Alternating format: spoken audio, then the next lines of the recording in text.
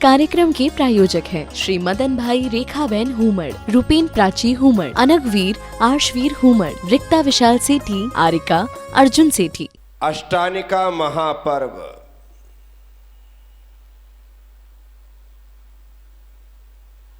ऐसा पर्व जिसके लिए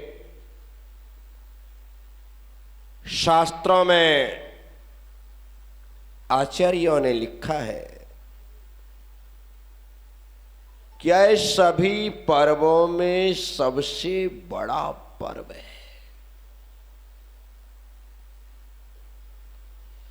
इकलौता अष्टानिका पर्व है जिसमें अहरनिश अर्थात 24 घंटे नंदीश्वर दीप में चतुर्निकाय के देवों के द्वारा अखंड पूजा होती। एक पल का भी अंतराल नहीं है। चारों दिशाओं में जो नंदीश्वर दीप के 13 जिनालय है, उन जिनालयों में वैमानिक भवनवासी ज्योतिषी और व्यंतर देव क्रमशः पूजा करते हैं। एक पहर यदि वैमानिक देवों ने पूर्व दिशा में पूजा की है तो दूसरे पहर में वे दक्षिण दिशा में आ जाते हैं, तीसरे पहर में वे पश्चिम दिशा में चले जाते हैं, चौथे पहर में वे उत्तर दिशा में चले जाते हैं। ऐसा 12 पहरों में एक राउंड होता है, फिर रात्रि के 12 पहरों में दूसरा राउंड। ऐसा क्रम अखंड रूप से जारी है। बड़े महत्वपूर्ण दिन है। इन दिनों भगवान की सेवा पूजा 10 लक्षण पर्व से बढ़कर के करना चाहिए। जबकि हमारे यहां पर 10 लक्षण पर्व का बहुत महत्व है। उस समय मंदिर नहीं आने वाला भी मंदिर आता है, सेवा पूजा नहीं करने वाला भी सेवा पूजा करता है। मंदिरों में अलग ही प्रकार की रौनक होती है। लेकिन नंदीश्वर दीप में जो इस समय अखंड पूजा चल रही है, उस वजह से अष्टानिका पर्व बड़े महत्वपूर्ण हैं। इनकी महिमा ज़्यादा बताई नहीं गई, ज़्यादा गाई नहीं गई, ज़्यादा समझाया नहीं गया। इसी कारण से लोग इन पर्वों का ज़्यादा अच्छे तरीके से अनुष्ठान नहीं करते। साथियों, आज इस पर्व के शुभारंभ पर मैं आपके नगर मंडाना आया। यदि यही 10 लक्षण पर्व हो और उस समय कोई साधु संतों का समागम मिल जाए और कोई पंडित विद्वान आ जाए, त्यागी व्रती आ जाए, ब्रह्मचारी भैया या दीदी आ जाए, तो लगता है कि इस बार तो 10 लक्षण में खूब आनंद आने वाला है, क्योंकि समागम मिल गया। नंदीश्वर पर्व के अवसर पर, अष्टानिका पर्व के अवसर पर आपको आचार्य संघ का सानिध्य शुभारंभ में प्राप्त हुआ है। ये आपके लिए विशेष पुण्य की बात है, विशेष पुण्य की बात है। इसीलिए आज सुबह मैंने मंदिर में प्रवचन करते हुए लोगों को सदप्रेरणा दी कि अभिषेक करिए, पूजा करिए, क्योंकि यही श्रावक धर्म है। और लोगों की जो समस्याएं थी उन्हें सुनकर के गर्मी और सर्दी के हिसाब से समय निश्चित किया कि गर्मी के दिनों में 7 बजे से अभिषेक प्रारंभ हो और सर्दी के दिनों में 7:30 बजे से अभिषेक प्रारंभ, ताकि देर से सोकर उठने वाले लोग भी मंदिर पहुंच करके भगवान की सेवा पूजा कर सके। यदि कोई व्यक्ति 5:30 6 बजे भगवान के मंदिर में आकर के घंटियां बजा करके अभिषेक प्रारंभ कर दे, तो हर व्यक्ति सुबह 5 5:30 6 बजे थोड़ी आ सकता है।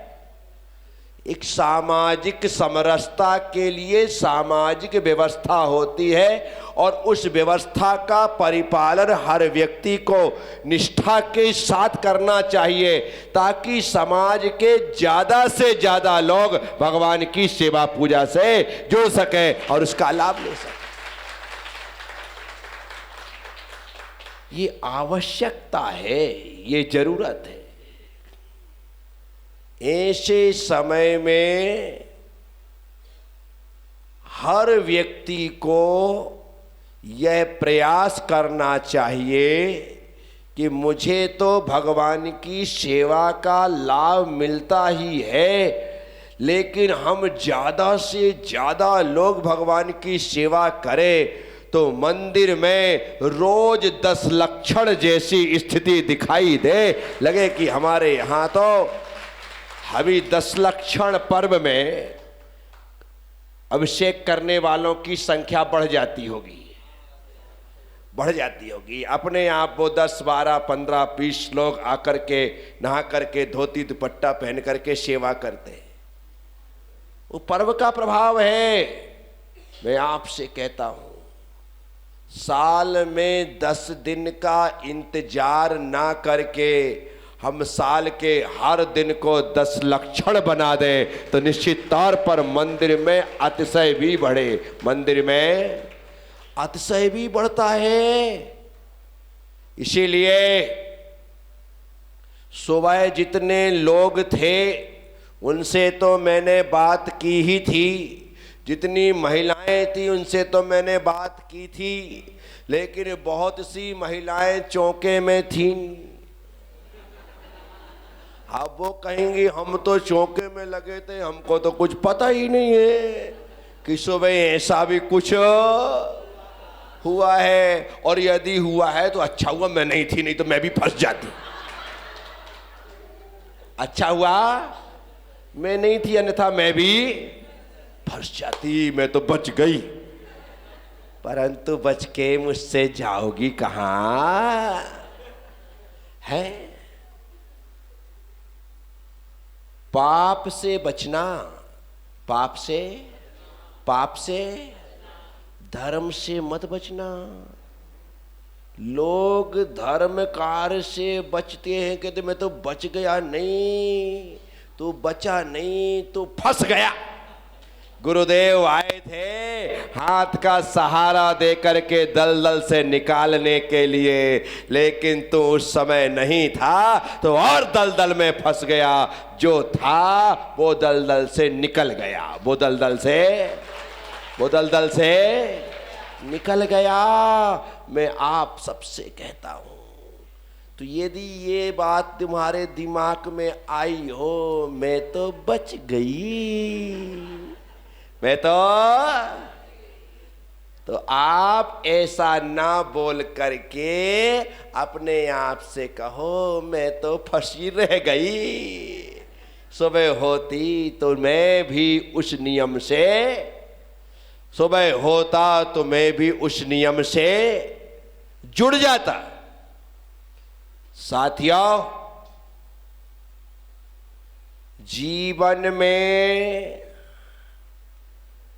करने जैसा यदि कुछ है तो वह धर्म ही है। वह आचार्य समंत भद्र स्वामी रत्नकरंड श्रावकाचार्य जी की दूसरी कारिका में लिखते हुए कहते हैं देश्यामि समीचीनम धर्मम कर्म निवर्हणम संसार दुखता सत्वान यो धरत्व में सुखे। संसार में जो दुखी जीव है, सत्व मतलब जीव, जो संसार में दुखी जीव है, उन दुखी जीवों को धरती धरता है। कौन? धर्म। कहां पर? बोले उत्तमम सुखे, उत्तम सुख में, स्वर्ग और मोक्ष के सुख यदि कोई प्रदान करने वाला है तो है सिर्फ और सिर्फ धर्म है। इसलिए धर्म को धारण करो। आप शरीर को सुंदर बनाने के लिए, बनाने नहीं, शरीर को सुंदर दिखाने के लिए, वो तो जैसा बना है वैसे ही रहेगा। जैसी सूरत जैसी शक्ल है उसको तो आप कुछ चेंज कर सकते नहीं। हाँ, प्लास्टिक सर्जरी करा लो तो बात अलग है, लेकिन सुंदर दिखाने के लिए हम कितने सारे उपाय करते हैं। वो सारी लीपापोती क्या? जब घर में शादी हो और या खुद की शादी हो, तो खुद की शादी हो और ब्यूटी पार्लर में दुल्हन तैयार होके आई और वो दर्पण में देखे तो अपने आप को नहीं पहचान पाती। मैं ही हूं, मैं इतनी सुंदर हूं। अरे तू सुंदर नहीं है, तेरे ऊपर लीपापोती करके तुझे सुंदर बनाया गया है। तो शरीर को सुंदर बनाने के लिए पूरी तरह से मेकअप होता है और शरीर सुंदर हो जाता है। परंतु आत्मा को सुंदर बनाने के लिए हमने आज तक क्या किया? गए किसी ब्यूटी पार्लर में? नहीं गए ना, क्योंकि शरीर के लिए तो बहुत सारे ब्यूटी पार्लर हर जगह होते हैं। बड़े शहरों में तो बड़े बड़े शोरूम जैसे डले हुए हैं, लेकिन छोटे से मंडाना में भी 2-4 ब्यूटी पार्लर तो होंगे ही इस शरीर के लिए। तुम्हारी किस्मत से 2 दिन के लिए मंडाना में आत्मा को सुंदर बनाने के लिए प्रज्ञा ब्यूटी पार्लर खुला है।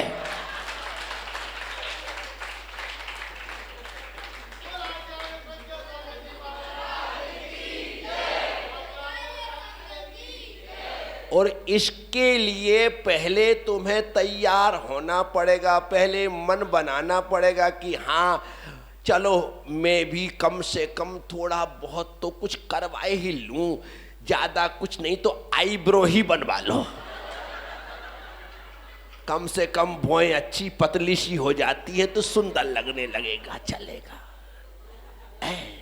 ज्यादा ब्लीचिंग मत करवाओ, लेकिन आईब्रो तो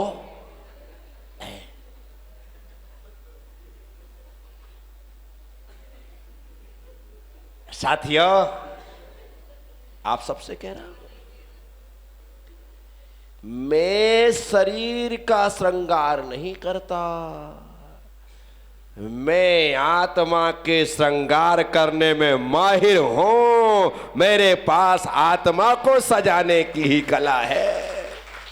शरीर का श्रृंगार मुझसे होता ही नहीं। यदि होता तो ये कपड़े खोल के काहे को बैठता? नहाने का त्याग कर दिया। अब जो नहाने का त्याग कर दे वो तुमको क्या तैयार करे? है जो कपड़े का त्याग कर दिया, अब क्या पहनाएगा, क्या उड़ाएगा, क्या सजाएगा, क्या जमाएगा? तो शरीर का संबंध यदि आपका है और आप शरीर को सजवाना चाहते हो तो बाहर के ब्यूटी पार्लर में जाओ, और अपने मन को, अपने चेतन को सुंदर बनाना चाहते हो तो प्रज्ञा सागर ब्यूटी पार्लर में आओ। अब इसके लिए क्या है, बाल यूं थोड़े बढ़ जाते हैं ना, तो उनको तरीके से सलीके से निकाल दिया जाता है। बहुत अच्छी आपकी भौएं कर दी जाती है, सब कुछ कर दिया जाता है।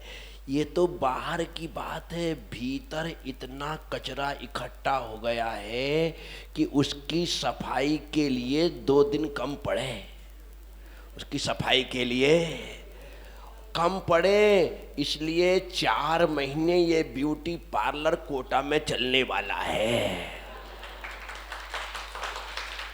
और ज़्यादा दूर नहीं है। बराबर तरीके से जब आपके पास थोड़ा घंटे 2 घंटे 4 घंटे का टाइम हो तो आकर के अच्छे से आप जो चाहो, सब लिस्ट है मेरी, आप उस हिसाब से सब कुछ करवा सकते हो, सब कुछ है करवा सकते।